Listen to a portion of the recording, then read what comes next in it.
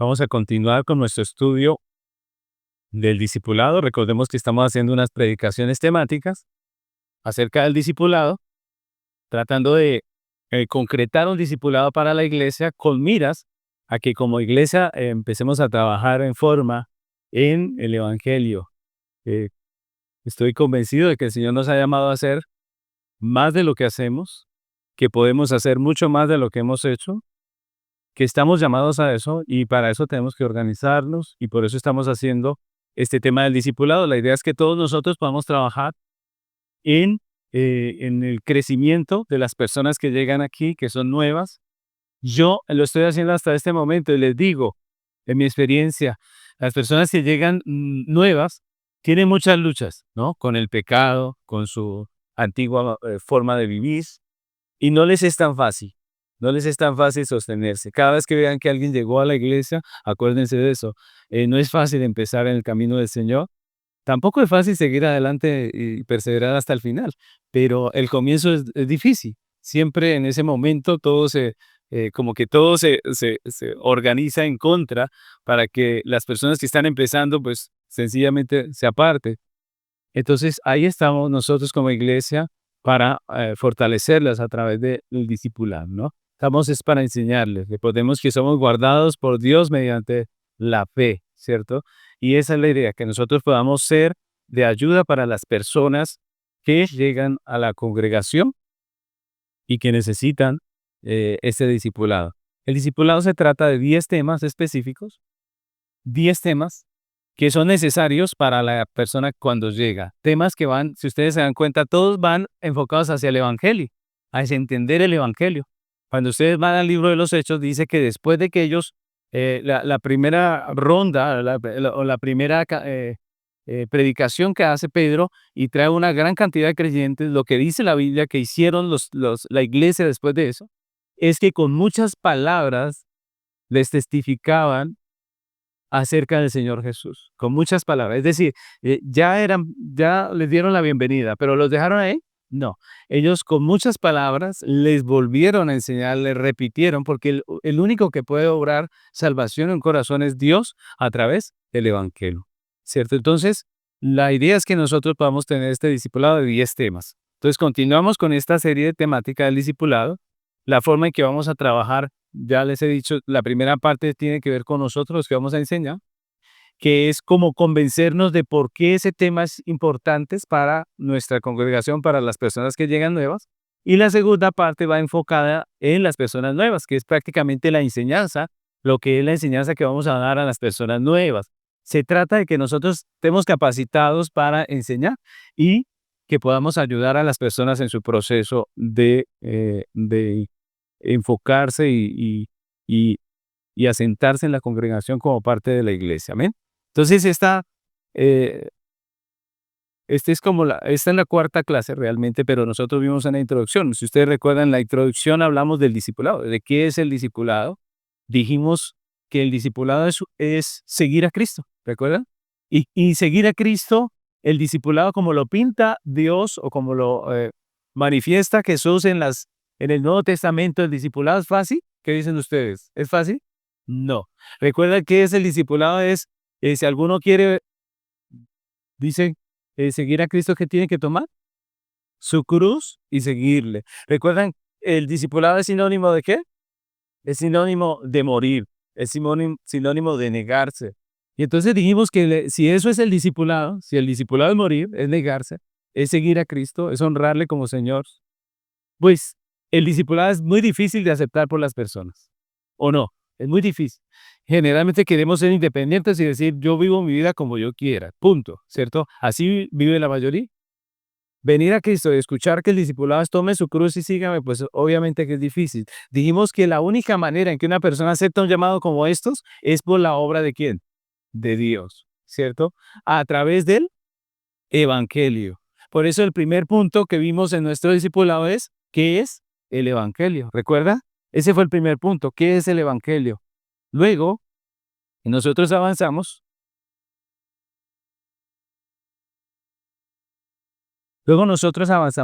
José, ven un momento. Bueno, que mi ingeniero tiene que arreglar una cosita. Este mes, de pronto, este mes. Cuarto, cinco, es cuarto. Y cinco, pero se puede. Bueno, entonces, lo primero que vimos fue qué es el Evangelio, ¿cierto? Segundo punto, ¿recuerdan? ¿Qué dijimos? Es quién es Dios. Recordemos que cuando hablamos de qué es el Evangelio, dijimos que el Evangelio no es una lista de cosas que hay que hacer, ¿o sí? ¿El Evangelio es una lista de cosas que hay que hacer para ganar su salvación? No. ¿El Evangelio qué es? Buenas nuevas. El Evangelio no es una lista de cosas que hay que hacer para ser salvo. El Evangelio son las buenas nuevas de lo que Cristo hizo para salvarnos. Ese es el Evangelio. ¿Qué es el Evangelio? Es la obra de Dios que transforma nuestras vidas. Es decir, el Evangelio es Dios obrando en el hombre. El Evangelio no es lo que nosotros hacemos para Dios, sino lo que Dios hizo para salvarnos a nosotros, ¿cierto? Ese es el Evangelio. Ahora, después, el segundo punto fue ¿quién es Dios? Si es Dios el que hace esa obra en nosotros, pues la segunda pregunta es ¿quién es Dios? Y hablamos acerca de su ser, ¿cierto? De su gloria y de su dignidad, de que Él es el Señor, Él es el dueño y que Él nos hizo a nosotros. Es decir, toda nuestra vida debería ser para la gloria de Dios, ¿cierto? Eso fue lo que vimos cuando hablamos de Dios. Pero luego viene el tema del hombre, y cuando hablamos acerca del hombre, dijimos que el hombre es un ser primeramente creado. ¿Creado por quién? Por Dios. ¿Para qué? Para su gloria, ¿cierto? Y la Biblia dice que es un ser creado, pero también dice que es un ser caído. ¿Qué quiere decir? Que en el huerto, ustedes recordarán, el hombre cayó. Dios le había creado su imagen conforme a su semejanza, lo puso en el huerto, le dio un mandamiento y el hombre violó ese mandamiento. Y cuando él viola ese mandamiento, el pecado entra en su corazón, de tal manera que el hombre se aparta totalmente de Dios, de su propósito y de su imagen. Recuerdan, la imagen de Dios es distorsionada, ¿cierto? Y en eso quedamos. Preguntamos que qué necesita el hombre. Dijimos que él no se puede salvar a sí mismo, necesita una redención que venga de afuera, ¿cierto? Él mismo no se puede redimir, no se puede salvar, necesita de la redención, necesita de la obra de Dios. Entonces, ahí quedamos. Necesita la redención de Cristo. La pregunta de hoy, el tema de hoy es, ¿quién es Jesús? ¿Quién es Jesús? Si necesita la obra de Jesús en su corazón, la pregunta es, ¿quién es Jesús? Y esta primera parte se trata precisamente de los que vamos a compartir, de nosotros que vamos a compartir o acompañar este proceso de discipulado en las personas que están empezando. Y esa pregunta es, ¿por qué es importante este tema? ¿Por qué es importante hablar de Jesús? ¿Por qué es necesario este tema dentro de las 10 primeras cosas que todo creyente debería tener claras? Y es lo que vamos a ver aquí en la primera parte. Lo primero que vamos a ver de por qué es necesario es para corregir las falsas enseñanzas o las falsas ideas que trae la gente. Recordemos que cuando viene alguien a nuestras congregaciones, pues lo que pasa es que viene con un concepto distorsionado de todo. Eh, y cuando hablamos de Jesús, pues sí que hay un concepto distorsionado de Jesús. La sociedad en que vivimos tiene muchas maneras de ver a Jesús que están totalmente lejos de la realidad de lo que la Biblia enseña. Y si la salvación es por fe en Jesús, pues es necesario que la iglesia presente al Jesús verdadero, al Jesús de la Biblia. Porque hoy en día hay muchas maneras en que se puede ver a Jesús, todas muy distantes de lo que es la enseñanza bíblica. Entonces, enseñar este tema es vital porque establece la verdadera identidad de Cristo Jesús, que es nuestro Salvador, y es necesario predicarlo por esto. Solo esa verdad bíblica refuta todas esas adaptaciones que el hombre ha hecho de Jesús. El hombre ha hecho adaptaciones según sus necesidades de Jesús. Hay gente que cree en un Jesús que le va a prosperar. ¿Por qué? ¿Qué necesita? Dinero, ¿cierto? Hay otros que creen en un Jesús histórico y lo apoyan simplemente como un líder social, por ejemplo, ¿cierto? Como alguien que revolucionó la sociedad de su tiempo en el tema social. Y cada uno tiene su cuento. Cada uno metió a Jesús en un casillero y dijo, este es Jesús.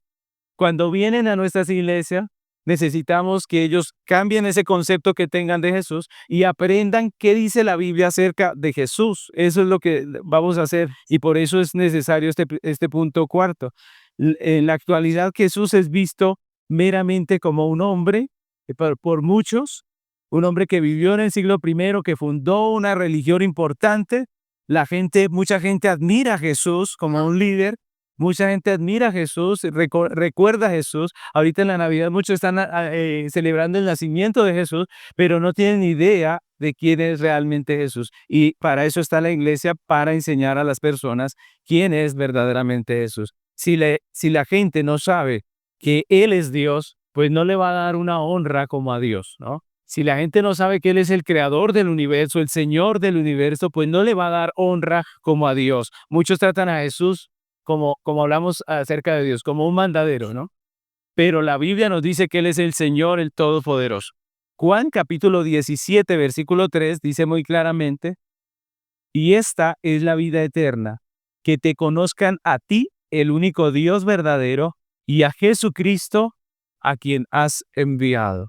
Es muy claro ese texto. Si queremos predicar de tal manera que las personas puedan salvarse, puedan tener arrepentimiento, necesitamos enseñar quién es Jesús, quién es el Jesús de las Escrituras. Entonces, ese es el primer punto. ¿Por qué es necesario este tema? Para corregir las falsas ideas que trae la gente acerca de Jesús. La segunda es para fundamentar la salvación solo en Cristo, para fundamentar la salvación solo en Cristo.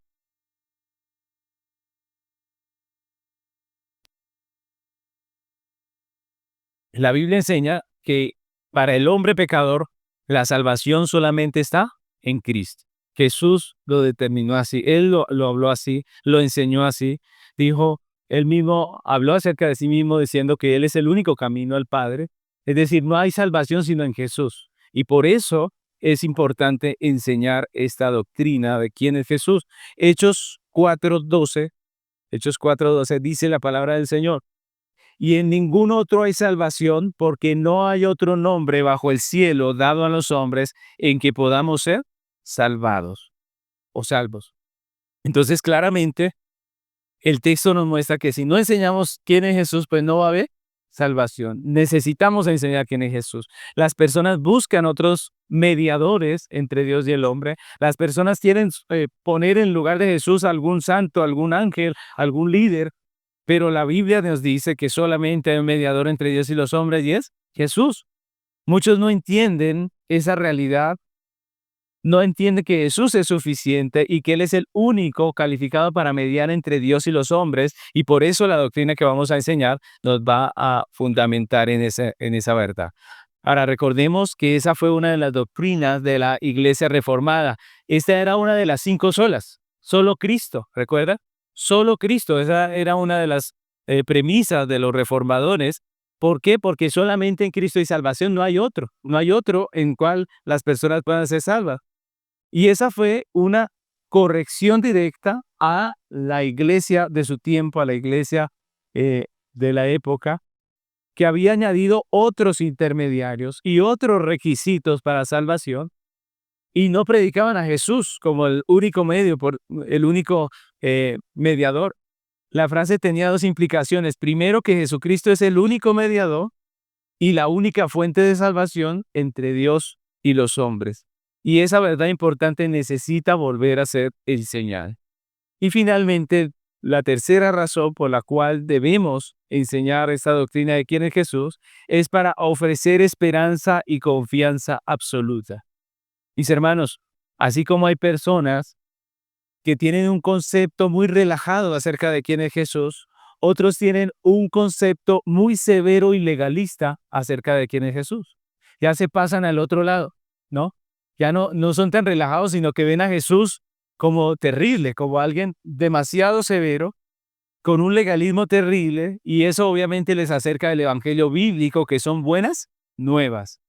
Entonces, conocer la identidad de Jesús trae a las personas consuelo, a esas personas que piensan que Jesús es muy severo y que lo ven desde una postura legalista, pues para esas personas predicarles el verdadero Cristo, esto les trae consuelo. Mis hermanos, les trae alivio enseñar que Él es el Hijo de Dios. Es importante porque establece que la prioridad nuestra debe ser Cristo. Y no solamente eso, sino que cuando enseñamos que Jesús es Dios y también es hombre, entonces estamos diciendo que Él es nuestro único sumo sacerdote y que las personas pueden acercarse a Él con confianza, que pueden acercarse a Él porque saben que Él comprende sus debilidades. Es lo que nos dice la Biblia. Hebreos 4:16, por ejemplo, dice la palabra del Señor: acerquémonos, pues, confiadamente al trono de la gracia para alcanzar misericordia y hallar gracia para el oportuno socorro. Eso es Hebreos 4:16. ¿Cómo nos podemos acercar? Confiadamente, dice, al trono de la gracia. Y allí podemos alcanzar misericordia. Y eso es maravilloso, eso es precioso para el que está bajo una convicción de pecado y no ve esperanza. Presentar el verdadero Cristo le trae esperanza, le trae libertad, le trae gozo. Hallar plenitud y satisfacción en Él es importante. Cada creyente debería hallar plenitud y satisfacción en Cristo, mis hermanos. Esa debería ser la práctica de la iglesia. No podemos ser simplemente un lugar donde tengamos un montón de doctrinas y la gente venga y se siente y simplemente sea como una academia de teología. No, la gente debe hallar en Cristo, en la palabra, en el Evangelio, debe hallar la satisfacción plena de poder encontrar a Cristo en él. Mis hermanos, porque no hay nada de mayor peso ni nada más importante que nuestro Cristo. Primera de Pedro 2:4 dice la Escritura: acerquémonos a Él, piedra viva, desechada ciertamente por los hombres, mas para Dios escogida y preciosa. Debe haber satisfacción en nuestro corazón al mirar a Cristo, al tener a Cristo. Así que de eso se trata, que cada creyente que venga, que cada persona que venga y se acerque a la iglesia sepa quién es Cristo. Como les he dicho, cuando nosotros hacemos un discipulado bíblico, lo digo por experiencia, hay personas que en el camino se van a quedar.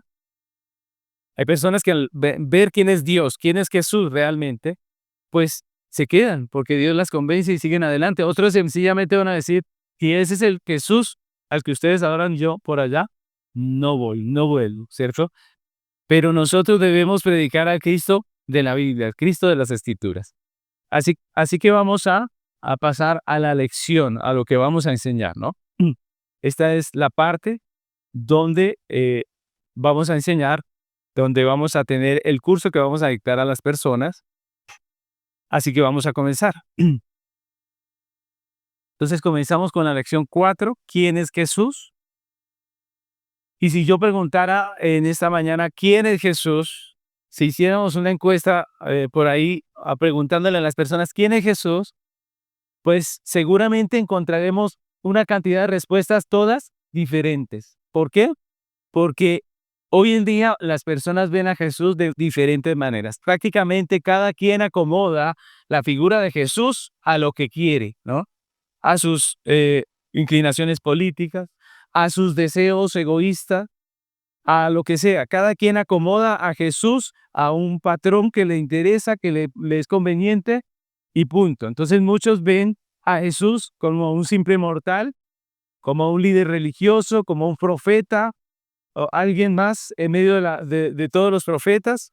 Otros lo ven como un sabio que enseñó cosas valiosas que se aplican a todo el mundo, universalmente a cada persona, pero muchos de ellos niegan el carácter divino y la misión redentora de Cristo. Simplemente lo ven como una figura.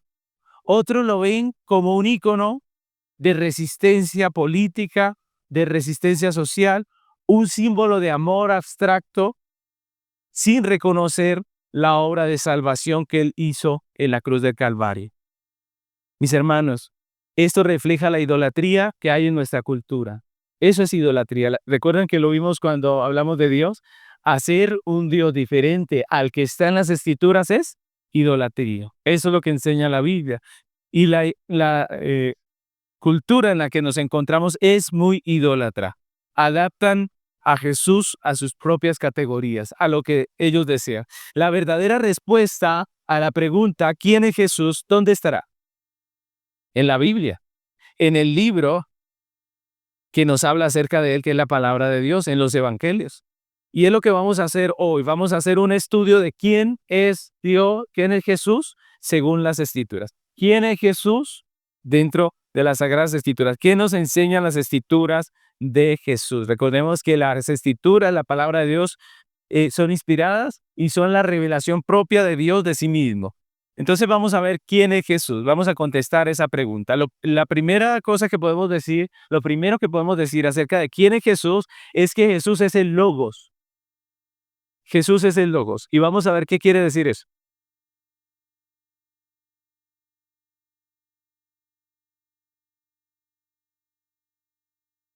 Jesús es el Logos. Juan 1, del 1 al 3, dice la palabra del Señor. En el principio la palabra ya existía. La palabra estaba con Dios y la palabra era Dios. El que es la palabra existía en el principio con Dios. Dios creó todas las cosas por medio de él y nada fue creado sin él. Y aquí vienen algunas preguntas que vamos a hacer. Preguntas acerca del texto. Son preguntas fáciles de responder mirando obviamente el texto. La primera pregunta es, según lo que Juan afirma en el versículo 3, ¿quién es la palabra? ¿Quién? Dios. El versículo 3 dice que la palabra era Dios. Segunda pregunta, ¿por medio de quién creó Dios todas las cosas? ¿Por medio de quién? De la palabra, ¿cierto? Dice que por medio de la palabra Dios creó todas las cosas. Y la última pregunta es del versículo 14 que dice el versículo 14, entonces la palabra se hizo hombre y vino a vivir entre nosotros. Estaba lleno de amor inagotable y fidelidad. Y hemos visto su gloria, la gloria del único Hijo del Padre. Entonces, según este versículo 14, ¿quién es la palabra? ¿Quién? Jesús, el Hijo de Dios, el Hijo del Padre. Entonces, miren, porque al principio decía que Jesús era, perdón, que la palabra era Dios, y en este texto nos dicen que la palabra es el Hijo del Padre. Y estos versículos son muy importantes dentro del Evangelio de Juan porque nos presentan quién es Jesús. En el comienzo del Evangelio de Juan, el apóstol usa la expresión que es muy particular porque es una expresión que tiene significado para todos sus oyentes. Juan está hablando a una audiencia que es mixta, que hay griegos y hay judíos.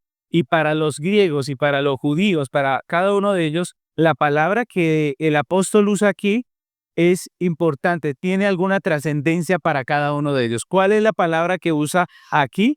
En nuestras Biblias se puede traducir la palabra o se puede traducir el verbo. Cualquiera de las dos son traducciones de la misma palabra, que en el griego es la palabra logos. Es decir, recordemos que el Nuevo Testamento fue escrito en griego. En el idioma original, la palabra es logos. Y esa palabra logos tiene un significado muy importante tanto para los griegos como para los judíos. ¿Cuál era el significado de la palabra logos para los griegos? Para los griegos, el logos era el principio racional por el cual existían todas las cosas y el orden que gobierna y da estructura al universo. Es decir, los griegos no creían en nuestro Dios, no creían en el Dios de la Biblia, pero ellos creían que algo había gobernado y había hecho que las cosas funcionaran con un orden, ¿cierto? Que alguien había dispuesto las cosas con un orden, porque ellos veían el orden lógico con que está creado el universo, y ellos dijeron, hay algo que hizo que esto funcionara tan perfectamente, y ese algo le llamaban el logos, ¿cierto? Ellos le llamaban así. Eso era para los griegos, ¿no? Para ellos era el principio racional por el cual existían todas las cosas. Y era la ley o el patrón fundamental que explicaba el universo. ¿Y por qué el universo no era un caos, sino que era algo perfecto como lo vemos, que es algo tan bien hecho, ¿no? Entonces, ellos explicaban con la palabra logos. Ellos decían, hay un logos que organizó todo esto, ¿no? Ahora, para los judíos, el logos hacía referencia. Estoy un poquito atrasado con eso. Para los judíos, mis hermanos, el logos hacía referencia a la palabra de Dios. Miren lo diferente, ¿no? Para los judíos, el logos era la palabra de Dios. La palabra de Dios por la cual fue creada todas las cosas, ¿no? Recuerdan en Génesis 1, del 1 al 3 dice, en el principio Dios creó los cielos y la tierra. La tierra no tenía forma y estaba vacía, y la oscuridad cubría las aguas profundas, y el Espíritu de Dios se movía en el aire sobre la superficie de las aguas. Entonces, ¿qué? Entonces dijo que haya luz, y hubo luz, ¿cierto? Entonces dijo que haya luz, y hubo luz. ¿Por medio de qué fueron creadas todas las cosas? De la palabra. Y el Señor dijo, y fue hecho, ¿cierto? Y es más o menos esta la dinámica de Juan cuando enseña en Juan 1, ¿cierto? Su declaración está más inclinada hacia el concepto judío de lo que era el logos. La palabra. En Génesis nos recuerdan que es por la palabra que se hicieron todas las cosas. Así que para el judío ese era el logo, la palabra. El logos para el judío era la palabra de Dios, así que también la ley de Dios era el logos para ellos. La Torá era la máxima manifestación de la revelación de Dios, la fuente de la vida, pensaban ellos. El judío creía que la Torá había existido antes de la creación y que era el medio por el cual se comunicaba Dios con su pueblo. Esa era la fe de los judíos. Así que con esta expresión, cuando Juan empieza su evangelio y dice, en el principio era el logos, cuando él dice estas palabras, esta expresión tiene que ver con los dos, tanto con los judíos como los griegos, ¿no?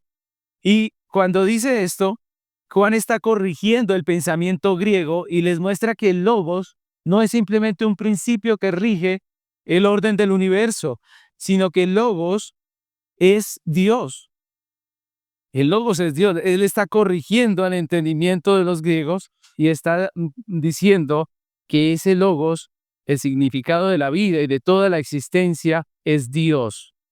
Ese logos es Dios y ha llegado a ser un humano, ha llegado a ser un hombre, es lo que está diciendo Juan a los griegos. De igual manera, le está diciendo a los judíos que la palabra, quien estaba con Dios en el principio y por medio de quien fueron creadas todas las cosas, ese Dios se ha hecho hombre, lo que dice Juan aquí. Dice, y el verbo o el logos o la palabra se hizo carne, se hizo un hombre. Y es lo que nos está diciendo aquí Juan. Entonces, miren, lo que está diciendo Juan en realidad aquí es que Jesús no es solamente un profeta, Jesús no es solamente un gran pensador, Jesús no es nada más alguien importante, Jesús es Dios hecho hombre, ¿cierto? Eso es lo que enseña Juan. Jesús es Dios hecho hombre. Es decir, el bebé que estaba en el pesebre es el creador del universo, ¿no? Es algo que todavía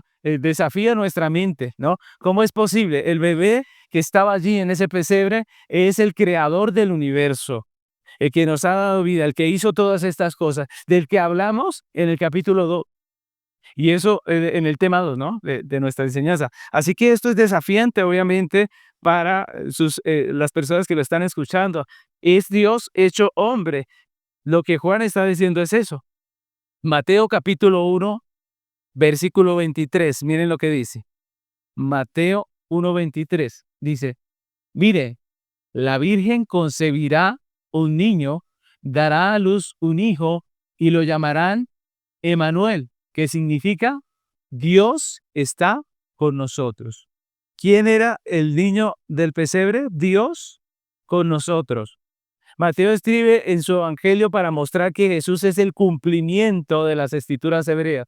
Por eso está citando el Antiguo Testamento. Él toma una cita del Antiguo Testamento para confirmar que lo que le ocurrió a María no es una casualidad, sino el cumplimiento profético, lo que Dios ya había dicho que se cumplió en Cristo. Y el texto enfatiza en la virginidad de María, subrayando que es Dios el que hizo esta obra. Es una obra de Dios. No es un nacimiento ordinario, sino un acto milagroso que revela la iniciativa de Dios soberano de salvar al hombre. Emanuel es Dios con nosotros. No es tanto un título, ¿no? Ese Emanuel no es tanto un título personal, sino es una declaración bíblica de que Jesús es Dios mismo habitando entre los hombres.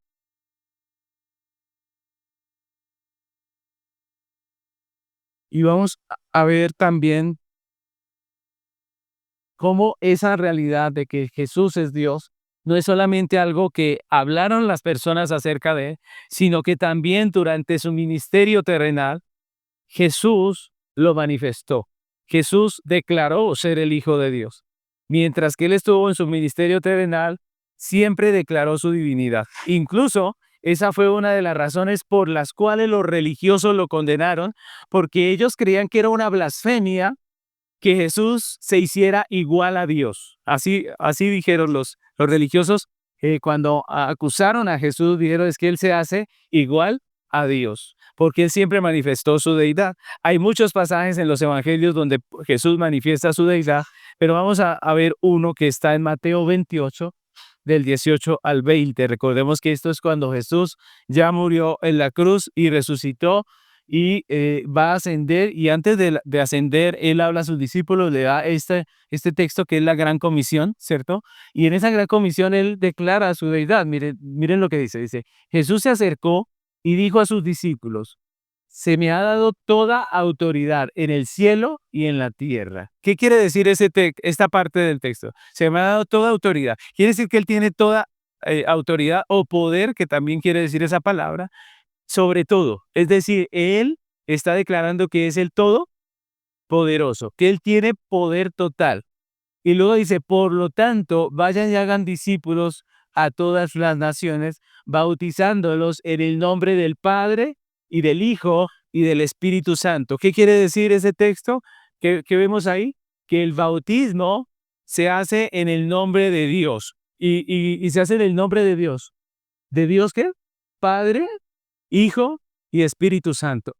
Es decir, Jesús se presenta como parte de la deidad. Él es parte de la deidad. Él es Dios. Y luego dice, enseñen a los nuevos discípulos a obedecer todos los mandatos que les he dado y tengan por seguro esto, que estoy con ustedes cuando siempre hasta el fin de los tiempos. Es decir, que Él está diciendo que Él es omnipresente. Él es omnipresente. Él estará con nosotros todo el tiempo. ¿Está con nosotros aquí hoy? Sí. ¿Y está con nuestros hermanos, por ejemplo, en Usaquén, con el pastor Ismael? Claro que sí. ¿Por qué? ¿Por qué Él puede estar con todos nosotros? Porque Él es Dios. Él manifestó su deidad muchas veces, de muchas maneras. Él aseguró ser Dios. Mis hermanos, y esa es la realidad. Entonces, el primer punto de la pregunta, ¿quién es Jesús? Pues respondemos que primeramente Jesús es el Hijo de Dios, ¿no? Jesús es el Hijo de Dios. Jesús es el verbo o el logos de Dios. Él es la palabra. Él es Emanuel, que significa Dios con nosotros. Es Dios que hizo al hombre e hizo todas las cosas. Y ese Dios que creó todas las cosas dice que se hizo hombre, que tomó forma de hombre y habitó entre nosotros. Entonces, cuando hablamos de Jesús, no estamos hablando de aquel que nos hace los mandados, como algunos piensan, ¿cierto? Es que Jesús no me hace esto y no me hace aquello y no me hace lo otro. No, es que Jesús es Dios. Jesús es el Señor. Él es Señor, nosotros somos siervos. Él no es siervo, Él es Señor. Él es el soberano, Él es el dueño. Él es el Dios. Es lo primero. Lo segundo que vamos a aprender acerca de quién es Jesús es que Jesús es el Mesías. Y aquí hay otra palabra que dentro de nuestra cultura no tiene mucho sentido. Uno dice, ¿qué es el Mesías? ¿No? Nosotros no hablamos mucho acerca de la palabra Mesías para relacionarlo con algo de nuestro diario vivir, pero para la cultura judía obviamente que tenía una razón, una explicación, y por eso es importante estudiar este tema. Ahora, vamos a ver un texto que está en Lucas capítulo 2, versículos 10 al 11, que dice, pero el ángel los tranquilizó. Están hablando de cuando los ángeles aparecen a los pastores, ¿recuerdan? En la historia del nacimiento de Jesús, dicen que los ángeles aparecen a los pastores se asustan, y ahí viene este texto, dice, pero el ángel los tranquilizó. No tengan miedo, dijo. Les traigo buenas noticias que darán gran alegría a toda la gente. El Salvador, sí, el Mesías, el Señor, ha nacido hoy en Belén, la ciudad de David. Y ese texto es muy hermoso, ¿no? Nos recuerda las buenas nuevas de que Jesús ha nacido. Y aquí vamos a hacer las 3 preguntas de cada punto. En esta oportunidad vamos a preguntar.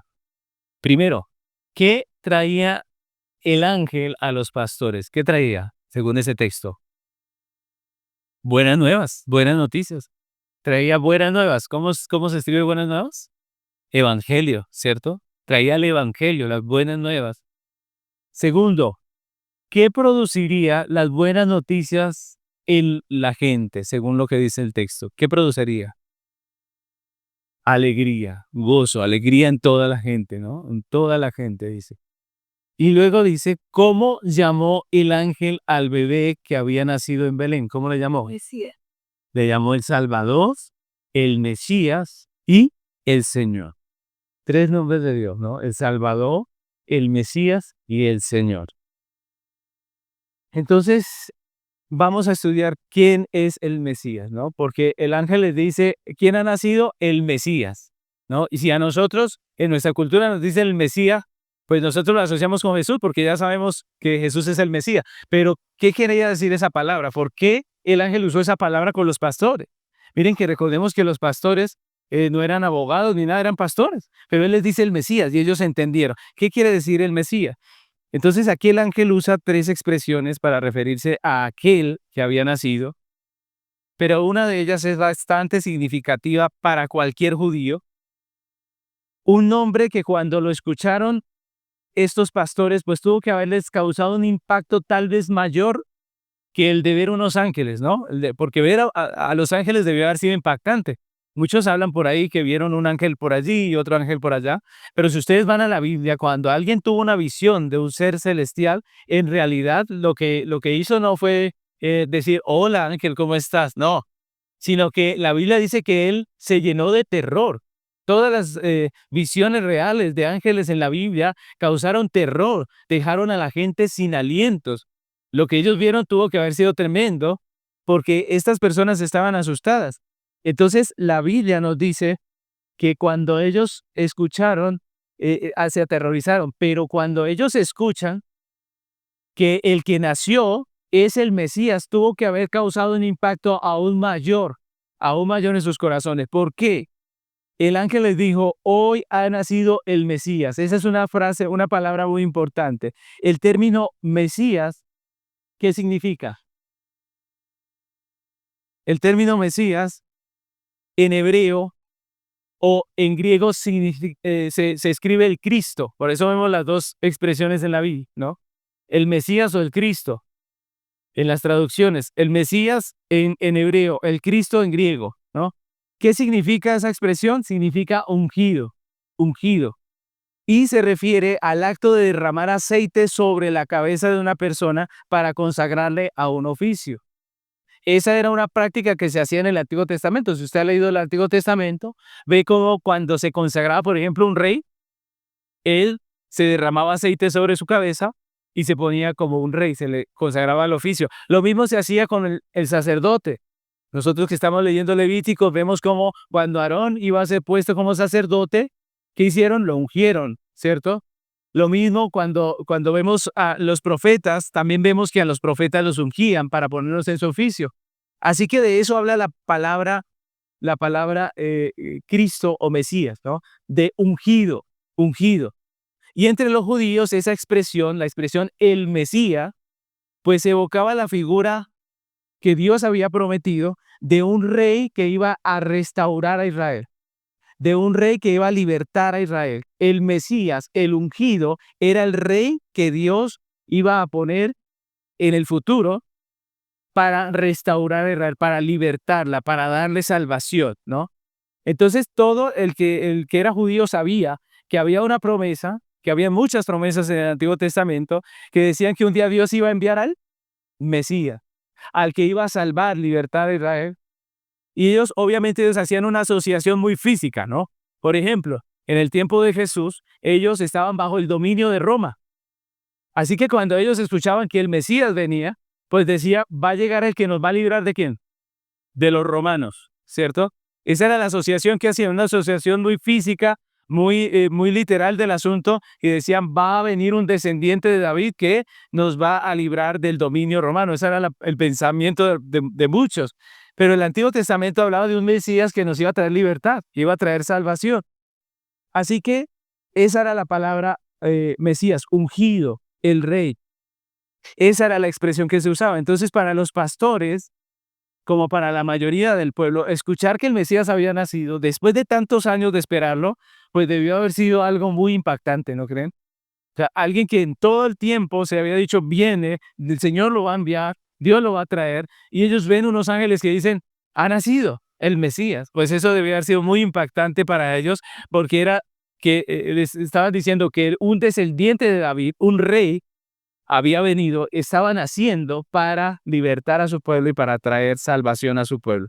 Entonces muchos profetas en el Antiguo Testamento apuntaban a este Mesías en sus profecías, ¿no? Hay muchos ejemplos que podríamos poner, pero vamos a uno que tiene que ver con el texto que estamos viendo, que es Miqueas 5:2. Miqueas 5:2 dice, pero tú, oh Belén, Efrata, eres solo una pequeña aldea entre todo el pueblo de Judá. No obstante, en mi nombre saldrá de ti un gobernante para Israel, cuyos orígenes vienen desde la eternidad.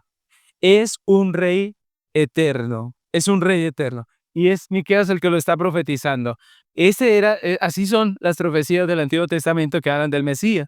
Entonces Jesús era el tan anhelado rey que salvaría a su pueblo. Ese era el Mesías, ¿no? Las buenas nuevas del ángel dice que traerían gozo, que producirían gozo a toda la gente. ¿Por qué? Porque el Mesías traería salvación. Pero miren que el ángel dice que no solo traería salvación o no solo traería alegría al pueblo judío. ¿Sí dice así? No, dice que traería gozo y alegría ¿a quiénes? A todos, a toda la gente. En otra traducción dice a todo el mundo, a todas las personas, a todos los hombres. ¿Por qué? Porque Jesús fue un Mesías no solamente para el pueblo judío. Miren que no era como ellos pensaban. El judío creyó que iban a ser libertados del dominio romano. Y ustedes que han leído acerca de Jesús, yo les pregunto, ¿Jesús libertó al pueblo judío del dominio romano? No, recordemos que no.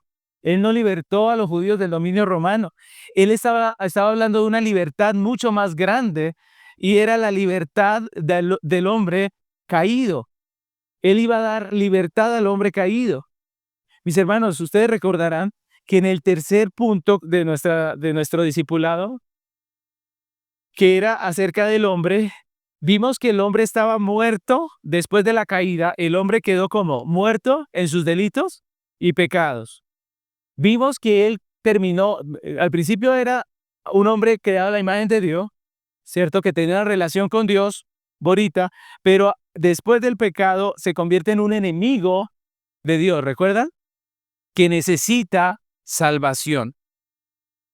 Eso es lo que la Biblia dice acerca de Jesús, del hombre, que el hombre quedó en una posición de condenación, de pecado, de enemistad con Dios. Jesús es la esperanza para la humanidad caída que habían anunciado los profetas. Entonces, Jesús no es solamente el salvador de su pueblo Israel, sino el salvador de todos los hombres. Es salvación para todos nosotros.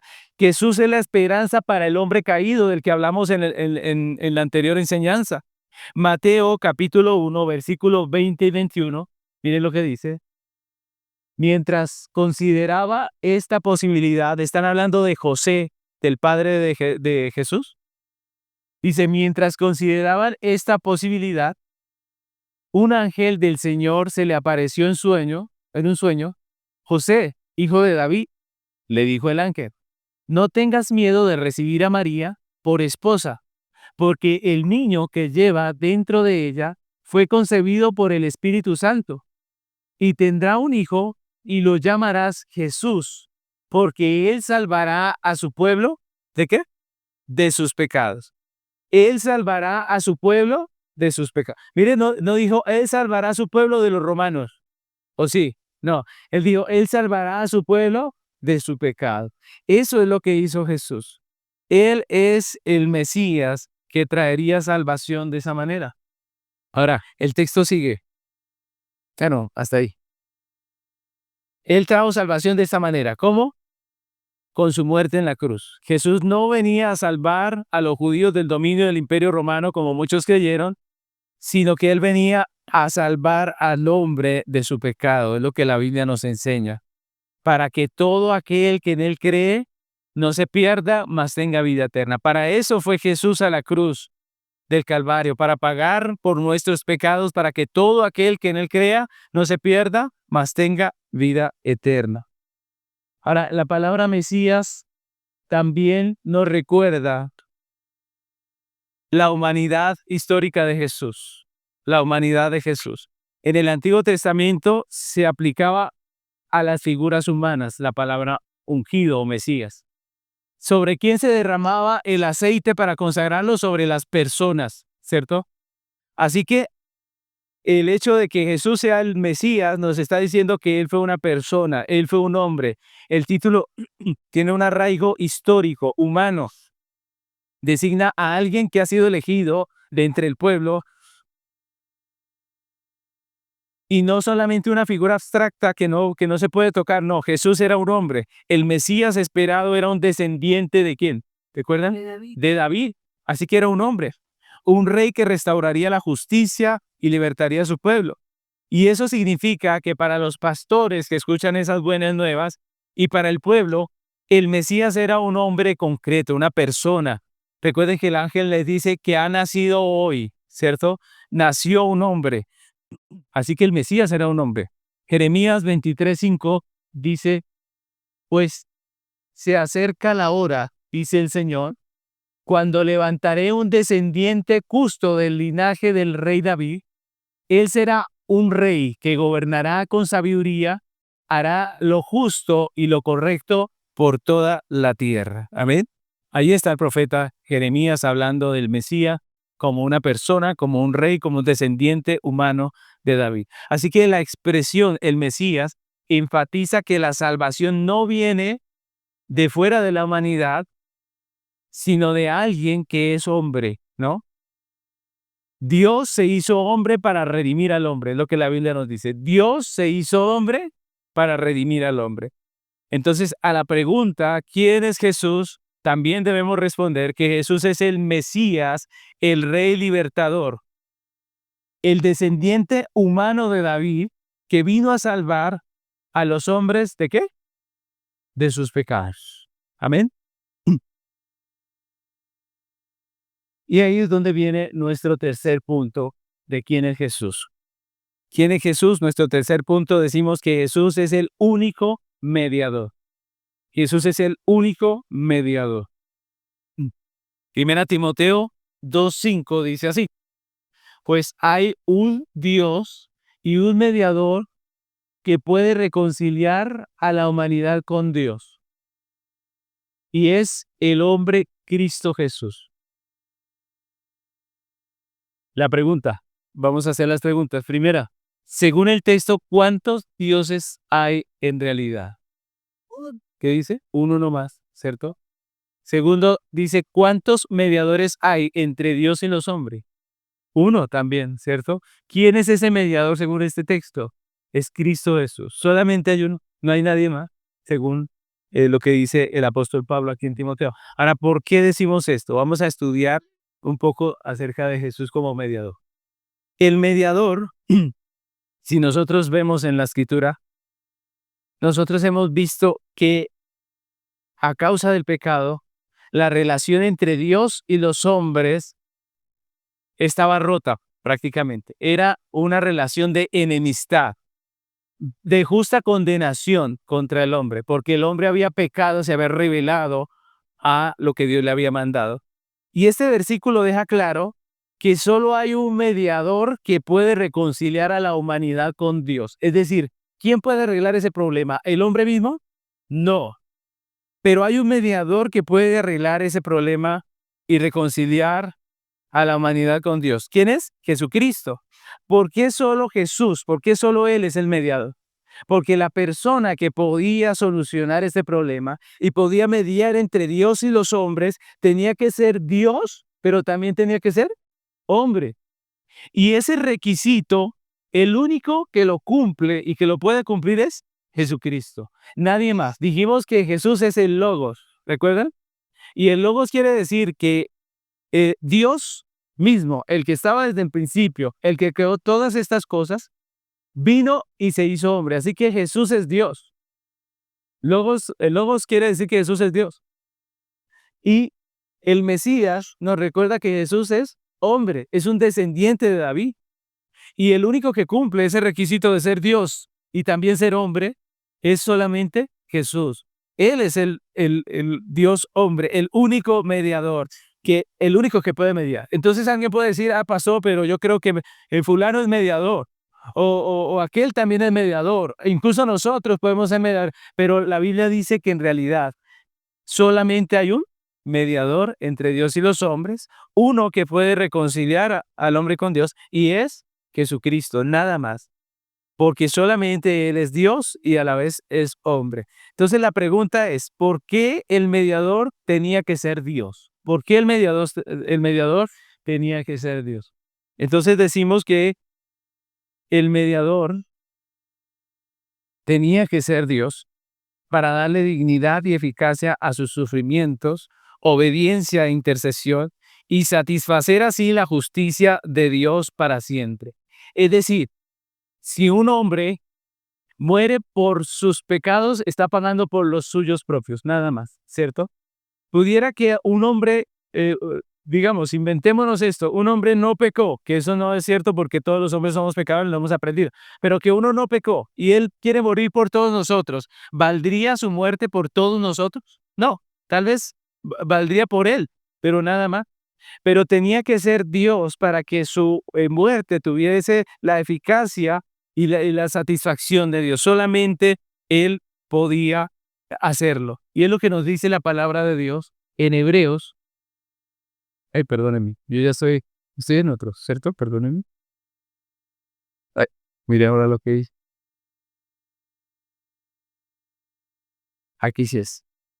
Entonces vemos en Hebreos, miren este texto de Hebreos que dice acerca de por qué nuestro mediador tenía que ser Dios. Hebreos 10, del 11 al 12 dice, bajo el antiguo pacto, el sacerdote oficiaba de pie delante del altar día tras día, ofreciendo los mismos sacrificios una y otra vez, los cuales nunca pueden quitar los pecados.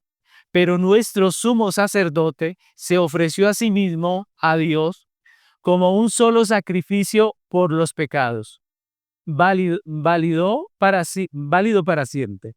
Luego se sentó en el lugar de honor a la derecha de Dios. Es decir, Jesús, ¿cuántos sacrificios hizo? Uno para siempre, porque Él era el Hijo de Dios, porque Él era Dios. Su muerte, su sacrificio era suficiente para pagar por los pecados de todos nosotros. Esa es la realidad de por qué tenía que ser Dios. Todos los otros sumos sacerdotes, los otros sacerdotes en el Antiguo Testamento, presentaban una y otra vez ofrendas. Ustedes leen en el Antiguo Testamento cuántos animales se sacrificaron, son demasiados, ¿no? No podríamos hacer la cuenta.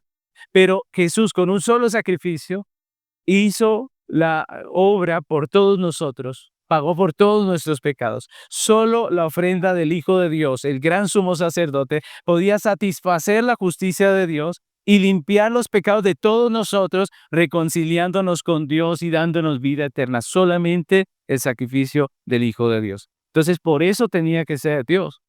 Y la otra pregunta es, ¿por qué es necesario que el mediador fuese un hombre? ¿Por qué era necesario que también fuese hombre, no solamente Dios? Entonces era necesario que el mediador fuese hombre para que pudiera presentar obediencia ante la ley y sufrir e interceder por nosotros en nuestra naturaleza y de esa manera redimirnos. Es decir, el que presentó la ofrenda tenía que ser un hombre también, ¿cierto? Para que valiera por todos nosotros que somos hombres. Él tenía que venir en nuestra naturaleza.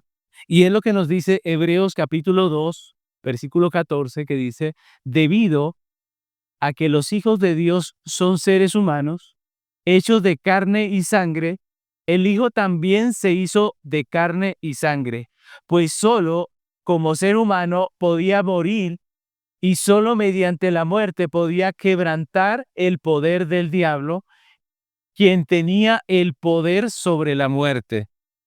Claramente dice que debía ser un hombre para pagar por nuestros pecados, mis hermanos. El escritor de Hebreos nos muestra que la humanidad de Jesús es esencial para que haya salvación para nosotros. Al hacerse hombre, Él pudo morir en nuestro lugar. Y al morir, venció al diablo, dice Hebreos. Y al vencer, libertó a los hombres del poder de la muerte. Mis hermanos, era necesario que nuestro Cristo, que nuestro mediador fuera Dios, pero también fuera hombre. Ahora, la pregunta es, ¿qué implicaciones tiene de que Jesús, que nuestro mediador, sea salvado, que sea hombre y también sea Dios? ¿Qué implicaciones tiene? Perdóname. ¿Qué implicaciones tiene la divinidad de nuestro Salvador? Primero que todo, ¿qué implicaciones tiene que nuestro Salvador sea Dios? Entonces, pensemos un poco en todo lo que implica el hecho de que Jesús, al Jesús que servimos, sea Dios, ¿no? Si Jesús es Dios, lo que Él merece de parte de los hombres no es solamente admiración y respeto, sino adoración, alabanza, reverencia, porque Él es Dios. Si Él es Dios, Él merece no solo nuestro respeto, sino nuestra adoración, nuestra alabanza, nuestra reverencia. Mateo 14, versículos 32 al 33 dice, cuando subieron de nuevo a la barca, el viento se detuvo. Entonces los discípulos lo adoraron. De verdad es el Hijo de Dios, exclamaron. Y es un texto muy bonito porque nos recuerda, ustedes que han leído los evangelios, este es el pasaje donde Pedro camina sobre las aguas, ¿recuerda? Y cuando él llega de nuevo a la barca con Jesús, Jesús lo trae porque lo rescata porque él se está hundiendo. Y cuando lo rescata y lo sube a la barca y todo se calma, esta es la expresión de ellos. Ellos se dan cuenta que Jesús no era simplemente un hombre, porque lo vieron venir caminando sobre las aguas y calmar la furia de las aguas que en ese momento estaba tremendas. Entonces miren lo que pasa ahí. Cuando ellos entienden que Jesús es Dios, ¿qué hacen? Ahí dice, le adora, le adoraron, le adoraron. Si nosotros entendemos que Jesús no es simplemente una persona importante en la historia y no es simplemente un buen hombre o un gran profeta, sino que es Dios, lo que merece de nosotros es adoración. Si Jesús es Dios, todo lo que aprendimos del tema de Dios en el segundo tema de nuestro discipulado se aplica a Jesús. Todo lo que aprendimos de Dios se aplica a Jesús. Es decir, Jesús no es el medio para perseguir un fin. Jesús es el fin de nuestras vidas, es el propósito. Él es la razón de nuestra existencia. Él es el fin o el propósito de nuestra existencia. No hay nada de mayor peso, de mayor valor e importancia en el universo para nosotros que Dios, pero también que Cristo, porque Cristo es Dios. Todo esto se aplica a Jesús. Jesucristo es la mayor revelación de Dios y la respuesta a esa revelación, la respuesta de los hombres debe ser darle a Él la gloria. ¿Recuerdan para qué estamos aquí? Para la gloria de Dios. Si Jesús es Dios, estamos para su gloria aquí en esta tierra.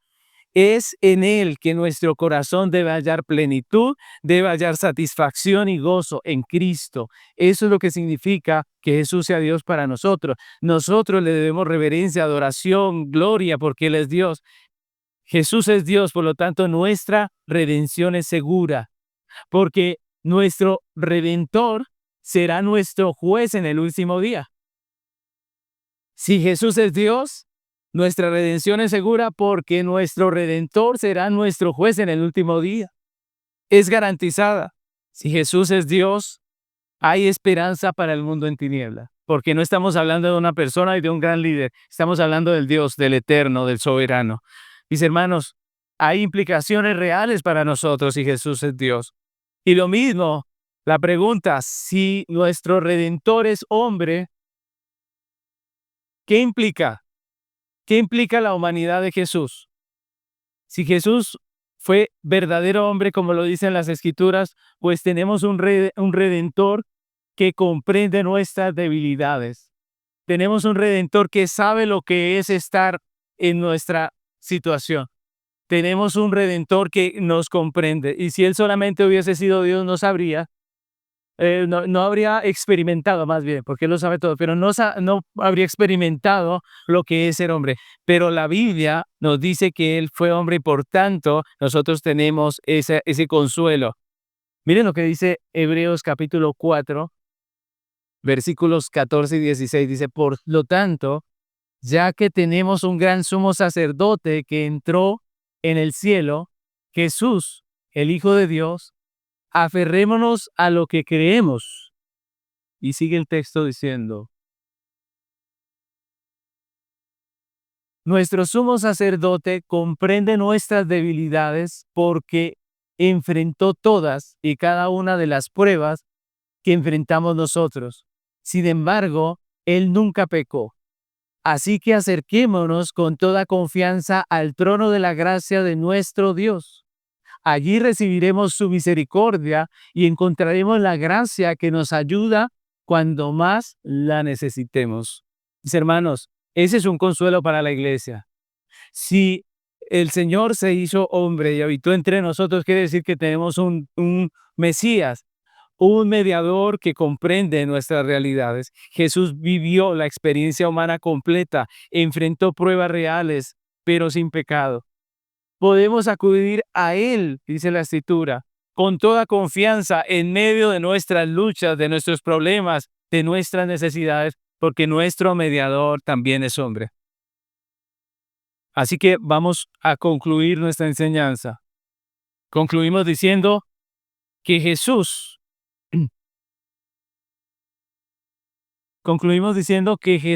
es el Hijo, el Verbo de Dios, la palabra, Emmanuel. Es Dios que se hizo hombre y habitó entre nosotros. Jesús también es el Mesías prometido de Dios a través de los profetas, el Rey libertador, el descendiente humano de David que vino a salvar a los hombres de sus pecados. Jesús también es hombre y es Dios. Y finalmente, ese Jesús, por ser divino y también humano, es el único mediador entre Dios y los hombres. Pregunta, ¿puede haber otro mediador? No puede haber. No lo puede haber. Solamente Jesús es el mediador. Así que vamos a terminar este tiempo de enseñanza dándole gracias al Señor. Les invito a que se pongan sobre sus pies y vamos a agradecer a Dios esta enseñanza acerca de Cristo. Oremos. Amado Dios, soberano Señor, queremos hoy agradecerte por la vida eterna que tenemos en Cristo. Gracias, Señor, por Jesús, el único mediador entre Dios y los hombres. Gracias, Señor, porque cuando estábamos perdidos en nuestros pecados, en nuestros delitos, el Verbo, el Logos, la palabra se hizo carne y habitó entre nosotros, Señor. Y vino a redimirnos, a salvarnos. Gracias por el Mesías, el Hijo de David que vino a libertarnos de nuestros pecados. Gracias, Señor, porque en Cristo tenemos el único mediador que es Dios y que es hombre.